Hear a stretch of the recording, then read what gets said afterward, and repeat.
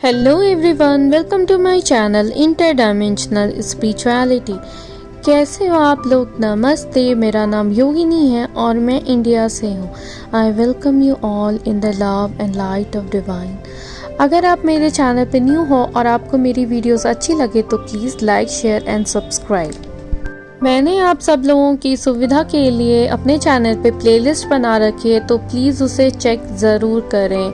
तो शुरू करते हैं आज का वीडियो। आज का मेरा टॉपिक है एस्ट्रल ट्रैवल। एस्ट्रल ट्रैवल को out of the body experience भी बोला जाता है। तो सबसे पहले हम ये जानेंगे कि एस्ट्रल ट्रैवल आखिर क्या होता है। जब भी किसी व्यक्ति की सोल, उसका सूक्ष्म शरीर उसके फिजिकल बॉडी यानी उसके भौतिक शरीर को छोड़ के बाहर निकलता है और एस्ट्रल प्लेन में ट्रैवल करने के बाद वापस उसकी बॉडी में आ जाता है, तो इसे ही हम एस्ट्रल ट्रैवल या एस्ट्रल प्रोजेक्शन या out of the body experience बोलते हैं।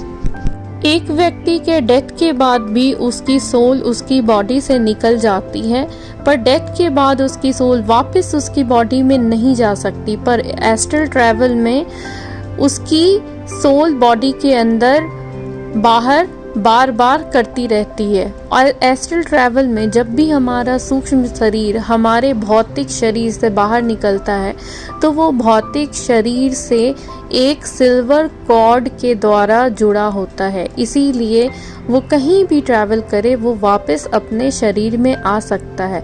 परंतु मृत्यु के स्थिति में ये सिल्वर कॉर्ड अटैचमेंट कट हो जाता है और वो सोल वापस अपनी बॉडी में नहीं जा सकती है। एस्ट्रल ट्रैवल के दौरान टाइम, डिस्टेंस मैटर नहीं करता है।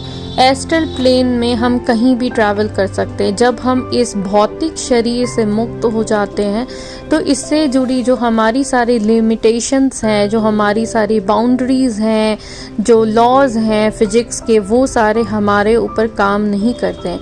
एक आत्मा, हमारी सोल, ये एक मल्टी डायमेंशनल सोल है और इसके ऊपर ये फिजिक्स के नियम काम नहीं करते हैं। आप एस्ट्रल ट्रैवल में पास्ट में भी ट्रैवल कर सकते हैं, प्रेजेंट में भी ट्रैवल कर सकते हैं और फ्यूचर में भी ट्रैवल कर सकते हैं। आप इस ब्रह्मांड में कहीं भी जा सकते हैं। इस दुनिया में ही नहीं, इस ब्रह्मांड में आप कहीं भी जा सकते हैं। आप हायर डायमेंशंस में भी जा सकते हैं। डिपेंड करता है कि आपकी खुद की एनर्जी कैसी है, आप कितनी दूर जा पाएंगे। हो सकता है शुरू में आप अपने आसपास ही रहें, उसी टाइमलाइन में रहें, पर जैसे जैसे आपकी स्पिरिचुअल पावर इंक्रीज होने लगती है, आप और कॉन्शियस हो जाते हो, आप अपने पावर में आने लगते हो, वैसे वैसे आप एस्ट्रल ट्रैवल अलग डायमेंशंस में भी कर सकते हो, अलग डायमेंशन के बीइंग्स से भी मिल सकते हो। तो एस्ट्रल ट्रैवल के ऊपर इस फिजिक्स का कोई भी लॉ काम नहीं करता है। एस्ट्रल ट्रैवल करने के दौरान समय भी अलग तरह से चलता है। ये जो हमारी फिजिकल बॉडी होती है और जो हमारे 5 सेंसेस हैं, हम एक 3D वर्ल्ड में रहते हैं, तो हम इस वर्ल्ड को एक 3D पॉइंट ऑफ व्यू से ही देखते हैं, हम इसके बियॉन्ड नहीं देख पाते हैं। पर जब हम इस शरीर को छोड़ के एस्ट्रल ट्रैवल करते हैं तो हम कम समय में बहुत अधिक दूरी तय कर सकते हैं, क्योंकि हमारे ऊपर ये सारे नियम लागू नहीं होते हैं। तो कई बार ऐसा हो सकता है कि आपने बहुत सारा समय एस्ट्रल ट्रैवल में बिताया हो, 1 घंटा, 2 घंटा, 4 घंटे, और आप वापस अपने शरीर में आए हो तो आपको पता चला हो कि अभी 5 मिनट ही बीते हैं। अब सवाल ये उठता है कि क्या एस्ट्रल ट्रैवल खतरनाक है? जी नहीं, एस्ट्रल ट्रैवल खतरनाक नहीं है, क्योंकि आपकी बॉडी आपकी सोल से एक सिल्वर कॉर्ड के द्वारा जुड़ी हुई होती है और आप कहीं भी जाएं आप वापस अपनी बॉडी में आ जाएंगे। कई बार ऐसी कहानियाँ दिखाई जाती हैं, ऐसी कहानियाँ बनाई जाती हैं कि एस्ट्रल ट्रैवल करने के लिए व्यक्ति अपने शरीर से बाहर निकला, सोल बाहर निकली और उसकी जगह कोई और सोल आ गई। पर ऐसा बिल्कुल भी नहीं होता है। अगर ऐसा होता तो आपके अंदर किसी और की सोल अभी तक आ चुकी होती, क्योंकि जाने अनजाने हो सकता है आपने एस्ट्रल ट्रैवल किया हो।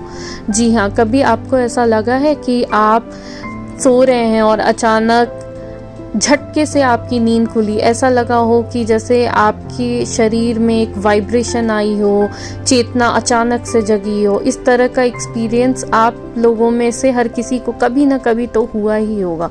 तो ऐसा इसलिए होता है क्योंकि हमारी चेतना जब बाहर घूम रही होती है, अलग एक्सपीरियंसेस ले रही होती है और अचानक से हमारी बॉडी जाग जाती है, तो बहुत ही तेज़ी के साथ वो चेतना अपने शरीर में वापस आती है और उस तेज़ी के साथ वापस आने की वजह से ही हमें वो झटके लगते हैं अचानक से, और हम एकदम से वो वाइब्रेशन अपने शरीर में फील करते हैं। हम जब सोते हैं, ड्रीम वर्ल्ड में जाते हैं, जो हम सपने देखते हैं उसमें से बहुत बार हम एस्ट्रल ट्रैवल कर रहे होते हैं, हम दूसरे डायमेंशंस में होते हैं। हो सकता है आप अपने आप को किसी और रूप में देखो, तो ऐसा इसलिए नहीं होता है कि आपके मन में कोई चीज़ दबी हुई है और आप उसको अब सपनों में देख रहे हो। ऐसा कई बार इसलिए होता है क्योंकि एक अलग डायमेंशन में, एक अलग यूनिवर्स में आप कुछ और भी हो सकते हो। अगर आप अभी इस समय एक डॉक्टर हो तो हो सकता है किसी और यूनिवर्स में, किसी और पृथ्वी पे, समांतर पृथ्वी पे आप एक इंजीनियर हो। इसी तरह बहुत सारे मल्टीवर्स हैं जिसका उल्लेख हमारे पौराणिक ग्रंथों में भी मिलता है और बहुत बार बहुत सारी कहानियों के द्वारा, बहुत सारे घटनाओं के द्वारा इस बारे में इंडिकेट किया गया है, पर हम इसे बहुत ज़्यादा डिकोड नहीं कर पाए और अब साइंस इस दिशा में थोड़ा सा प्रयास कर रही है। इसीलिए आजकल ये मल्टीवर्स का टॉपिक भी आप लोगों को सुनने में आ रहा है। पर ये सब कोई कोरी कल्पना नहीं है, ये एक हकीकत है कि जब हम सोते हैं तब हम एस्ट्रल ट्रैवल करते हैं। कई बार हम एस्ट्रल प्लेन में जाते हैं, हम वहाँ हो सकता है अपने लव्ड वन से मिलें, अपने मास्टर से मिलें, अपने गाइड से मिलें। कई बार हो सकता है कि हम फ्यूचर में ट्रैवल कर जाएं, फ्यूचर में होने वाली घटनाओं को देखें। ये सब कुछ पॉसिबल है एस्ट्रल ट्रैवल के द्वारा। अब ये सवाल उठता है कि एस्ट्रल ट्रैवल कौन कर सकता है? तो एस्ट्रल ट्रैवल कोई भी कर सकता है, पर जो लोग कॉन्शियस होकर एस्ट्रल ट्रैवल करते हैं उनको ज़्यादातर जब उन्होंने एस्ट्रल ट्रैवल में कुछ ऐसा देखा हो तो उनको ये सारी चीज़ें याद रहती है। जो कॉन्शियसली एस्ट्रल ट्रैवल करते हैं वो डायमेंशंस में घूम सकते हैं, अलग अलग जगह जा सकते हैं। तो आप जब एस्ट्रल ट्रैवल करने की प्रैक्टिस करो तो स्टार्टिंग में आपको ज़्यादा दूर नहीं जाना चाहिए और धीरे धीरे जैसे ही आपकी प्रैक्टिस इंक्रीज होगी तो आप बहुत दूर भी घूम के आ सकते हो। ये सारा कुछ डिपेंड करता है कि आपकी क्या इच्छा है उस समय जानने की और आपके अंदर उस समय स्पिरिचुअल अवेकनिंग कितनी है, आपका कॉन्शियसनेस क्या है, उसी हिसाब से आप एस्ट्रल ट्रैवल करते हो। कई लोगों ने एस्ट्रल ट्रैवल के थ्रू अपनी कुछ बीमारियां भी सही की हैं और बहुत सारा स्पिरिचुअल नॉलेज भी गेन किया है। तो क्या हमें भी कॉन्शियसली एस्ट्रल ट्रैवल को प्रैक्टिस करना चाहिए?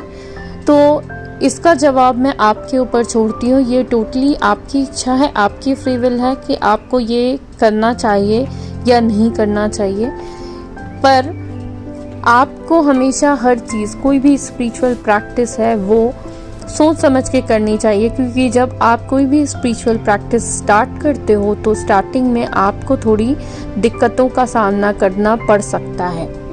Just for the sake of experiment आप इस तरह की चीज़ें ट्राई ना करें, क्योंकि हो सकता है आप अभी उतने अनुभव के लिए तैयार ना हो।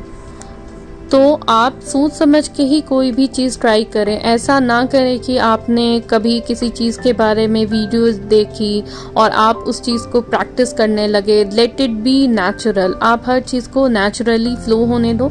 अगर वो चीज़ होनी होगी तो आप मेडिटेशन करते रहो, वो चीज़ आपके साथ इवेंचुअली हो जाएगी, अपने आप हो जाएगी।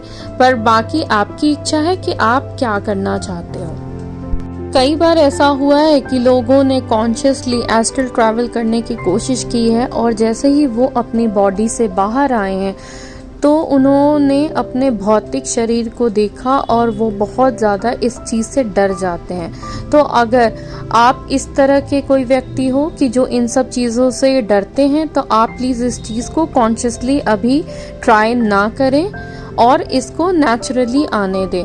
तो आशा करती हूँ कि आपको आज का मेरा ये वीडियो अच्छा लगा हो। अगर आपको अच्छा लगा तो please like share and subscribe, and मिलते हैं नेक्स्ट वीडियो में। बाय।